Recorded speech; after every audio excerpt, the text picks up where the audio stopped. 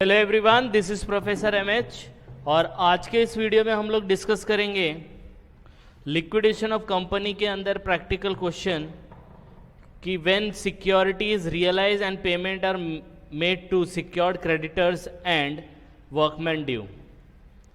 मतलब आपको liquidation of company में पेमेंट करना है सिक्योर्ड क्रेडिटर को और वर्कमैन ड्यू को करना है और सिक्योरिटी रियलाइज हो रही है। मतलब ये जो सिक्योर्ड क्रेडिटर है इसके अगेंस्ट में जो भी इसने गिरवी रखा था उसको बेच रहे हो आप। तो क्वेश्चन कुछ इस तरीके से, क्वेश्चन में आपको पूरा क्लियर हो जाएगा। क्वेश्चन कुछ इस तरीके से, इन liquidation of XYZ limited following amount is payable. XYZ limited liquidate हुई है और उसमें ये पेमेंट करना है। पहला है सिक्योर्ड क्रेडिटर को 1.5 लाख रुपया देना है और वर्कमैन ड्यू को 2,50,000 देना है। तो टोटल मिला के कितना हो गया? 4 लाख हो गया। तो 4 lakh rupees we have to pay. After that what is given? Show the payment made and the treatment of the balance in the following 2 instances. 2 case दिया है आपको। पहला केस दिया है कि अगर सिक्योरिटी रियलाइज्ड होती है 2 लाख रुपए में, अगर सिक्योरिटी रियलाइज्ड होती है 1 लाख रुपए में, तो इन दोनों का अलग अलग इफेक्ट इसके ऊपर क्या आएगा वो हम लोग को देखना है। तो let's start with the practical part. तो हम लोग कुछ इस तरीके से करेंगे। सबसे पहले हम लोग लिख लेंगे case number 1, that is if the value of security realize is 2 lakh. तो सबसे पहले क्या करने का आपको लिखना है पर्टिकुलर, और कौन कौन से 2 हैं वो अमाउंट लिखना है, सिक्योर्ड क्रेडिटर, वर्कमैन ड्यू, और यहाँ पे आएगा टोटल। दोनों का पर्टिकुलर अमाउंट लिख लो कितना है। तो पहले वाले का 1,75,000। अच्छा, यहाँ पे चेंजेस हो गया है, ये आप 1.5 लाख और 2,50,000 मत करो, 1,75,000 और 2,75,000 करो। ओके, तो 1,75,000 एंड 2,75,000। ठीक है, तो ये तो आपको टोटल इतना पे करना है। कौन सी? XYZ कंपनी है। अब क्या बोल रहा है कि जो सिक्योरिटी था वो रियलाइज कितने पे हुई? 2 लाख में हुई। तो आपकी जो सिक्योरिटी रियलाइज्ड हुई वो हुई 2 लाख में। अब वो 2 लाख रुपया जो रियलाइज्ड हुआ, ये मैंने आपको लास्ट वीडियो में भी एक्सप्लेन किया है कि ये जो गिरवी रखी हुई चीज़ थी जिसका रियलाइजेशन 2 लाख रुपया हुआ है, अब ये 2 लाख रुपया पूरा इसको नहीं पे करना है क्योंकि वर्कमैन ड्यू है, दोनों ओवरराइडिंग प्रेफरेंशियल पेमेंट्स हैं। तो दोनों को हम लोग को किस रेशियो में? प्रोपोर्शनेट देना पड़ेगा। इसलिए यहाँ पे दिया है security realize and paid to secured creditor and workman due in the ratio of 7:11। ये कैसे आया? तो आपका अमाउंट कितना है? 175 है। दूसरा अमाउंट कितना है? 275 है। तो इसको अगर आप छोटा करेंगे तो इसका वैल्यू आएगा 175 और इसका आएगा 275। और छोटा करेंगे तो डिवाइड बाय 5 करो तो 35 आएगा। इसको डिवाइड बाय 5 करो तो 55 आएगा। और छोटा करेंगे तो इसको डिवाइड बाय 5 करो, इसको डिवाइड बाय 5 करो तो ये आएगा। इसके बाद और नहीं होगा, पॉइंट में आंसर आएगा। तो आपका रेशियो क्या हो गया? 7:11 हो गया। तो जब कभी भी secured creditor and workman due दोनों का अमाउंट दिया है तो समझ जाना जो भी चीज़ सिक्योर्ड होगी, एसेट रियलाइज्ड होगा, वो प्रोपोर्शनेटली पे करना पड़ेगा। तो कैसे पे करोगे? तो इसका जो अमाउंट आएगा वो आएगा इतना 77,778। कैसे आया? तो 2 lakh multiply by 7 divide by 18, ये दोनों का टोटल कितना होगा? 18। तो इंटू 7 डिवाइड बाई 18, तो अमाउंट आएगा ये। सेम वे में इसका निकालेंगे तो इसका जो वैल्यू आएगा वो आएगा 1,22,222। कैसे आया? तो 2 लाख इंटू 11 ये वाला डिवाइड बाई 18, तो ये अमाउंट आ गया। अब इन दोनों को माइनस करेंगे, ये आपका बन जाएगा balance treated as overriding preferential payment. तो इसका 1,75,000 माइनस ये अमाउंट तो 97,222 आएगा। इसका 2,75,000 और ये माइनस करेंगे तो 1,52,778 आएगा। और इसको माइनस करेंगे आप तो ये वाला अमाउंट आएगा। तो यहाँ पे प्रॉब्लम नहीं आई। अब प्रॉब्लम स्टार्ट होगा। अब बोलेंगे सर इसमें क्या है, ये तो कोई भी बता देगा, ये तो समझ में आता है, इसमें इंपॉर्टेंट क्या है? इंपॉर्टेंट बच्चा ये है कि अगर जो ये सिक्योर्ड क्रेडिटर है और इसकी सिक्योरिटी का अमाउंट ज़्यादा है तो प्रॉब्लम नहीं आएगा।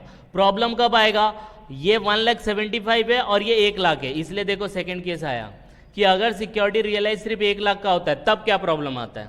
अभी क्या प्रॉब्लम है कि 1,75,000 की चीज़ थी, पे करना था, जिसके पास 2 लाख का गिरवी था अमाउंट, वो गिरवी वाले अमाउंट को बेचा, दोनों को प्रोपोर्शनेटली पे किया, बैलेंस आया, दैट इज ओवर राइडिंग। फिर जब भी पैसा आएगा कहीं और से, दोनों को हम लोग पे कर देंगे। प्रॉब्लम आता है कि अगर आपका सिक्योरिटी कम है 1 लाख रुपए, तो कैसे करेंगे? तो सेम फॉर्मेट हम लोग लिख लेंगे जो ऊपर लिखा था, ये लिख लिया, ठीक है। अब ये 1 लाख को भी फिर उसी रेशियो में डिवाइड करेंगे, तो यहाँ पे 7:11 में किया, तो अब इसको माइनस करेंगे तो कितना आएगा? तो 1 लाख इंटू 7 डिवाइड बाई 11, तो 38 इतना आएगा, और इसको करेंगे तो आएगा 1 लाख इंटू 11 डिवाइड बाई 18, तो आएगा कुछ समथिंग 61,111। माइनस करेंगे आपको अमाउंट कुछ इस तरीके से मिलेगा, ठीक है। तो बोले सर ये भी तो सिंपल है, इसमें भी तो कुछ प्रॉब्लम नहीं आया। यस, प्रॉब्लम अब आएगा, देखो ध्यान से। पहले वाले केस में क्या हुआ था, ये आपको समझ में आया, ये अमाउंट में से ये अमाउंट माइनस करके बैलेंस आया, इसमें भी ये अमाउंट लेके ये अमाउंट माइनस करा तो बैलेंस आया।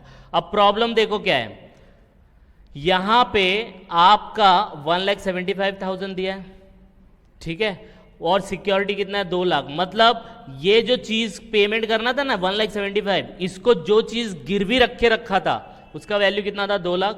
तो 2 लाख में ये पूरा पैसा कवर हो रहा था, तो कोई प्रॉब्लम नहीं है, आंसर यहां पे आके क्लोज हो गया इसका। प्रॉब्लम यहां पे आता है, आपका कितना पेमेंट करना था? अरे कितना पेमेंट करना था? 1,75,000। अब 1,75,000 पे करना था, आपकी सिक्योरिटी जो चीज गिरवी रखी थी उसकी वैल्यू कितनी है? 1 ही लाख है।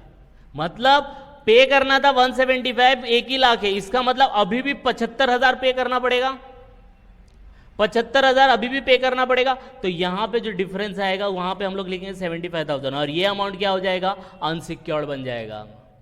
यही समझना है, यही मैं आपको समझा रहा था कि ये अनसिक्योर्ड बन जाएगा। आप बोलेंगे सर अब कंफ्यूजन हो गया, अब कंफ्यूजन हो रहा है, अब समझ में नहीं आ रहा है। तो देखो मैं फिर से बता देता हूं, आपको पेमेंट करना था सिक्योर्ड क्रेडिटर और वर्कमैन ड्यू को, आपके पास सिक्योरिटी जो चीज गिरवी रखी थी उसको बेचा 2 लाख, तो दोनों में डिस्ट्रीब्यूट किया रेशियो के हिसाब से, रेशियो मैंने आपको निकाल के बताया, आंसर आया, सब अपने अपने घर पे खुश है, बराबर है, खाना खाओ सो जाओ।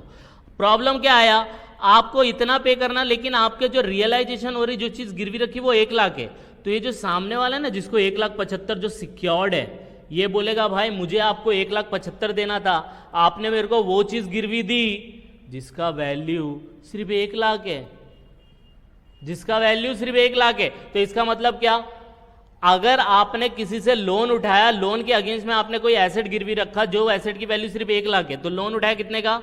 1,75,000 का, उसके ऊपर आपका एसेट का वैल्यू कितना है जो गिरवी रखा है? 1 लाख। इसका मतलब जब 1 लाख हम लोग ने डिस्ट्रीब्यूट कर दिया तो बैलेंस जो बचा ना 75,000, 1,75,000 यहां पे आपको लिखना है, ये समझने के लिए लिखना है, और कुछ इसका मकसद नहीं है। 1,75,000 माइनस 1 लाख, तो जब गिरवी रखा था तो इसका वैल्यू सिक्योर्ड में काउंट हो गया था 1,75,000। अब गिरवी रखी हुई चीज तो हमने बेच दी ना, अरे गिरवी रखी हुई चीज 1 लाख में बेच दी ना, तो अब बैलेंस जो बचा 75,000 वो अब अनसिक्योर्ड हो जाएगा, सिक्योर्ड नहीं रहेगा, तो इसलिए वो 75,000 हम लोग अनसिक्योर्ड में डाल देंगे।